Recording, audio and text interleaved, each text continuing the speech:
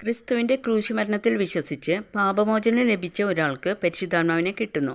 പരിശുദ്ധാത്മാവിനാൽ നയിക്കപ്പെടുന്നവർ ദൈവപുത്രന്മാരായി തീരും. ഇതാണ് ദൈവത്തെ പ്രസാദിപ്പിച്ചുകൊണ്ടുള്ള ജീവിതം.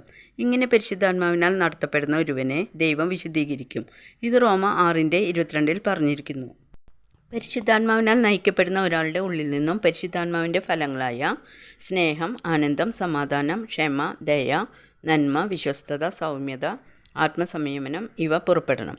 ദൈവം നോക്കുന്നത് പരിശുദ്ധാത്മാവിനെ ദാനമായി കിട്ടിയ ഒരുവനിൽ നിന്നും ഈ ഫലങ്ങൾ പുറപ്പെടുന്നുണ്ടോ എന്നാണ്. കൃപാവരങ്ങളായ അന്യഭാഷ ഉണ്ടോ, പ്രവചനമുണ്ടോ എന്ന് ദൈവം നോക്കുന്നില്ല.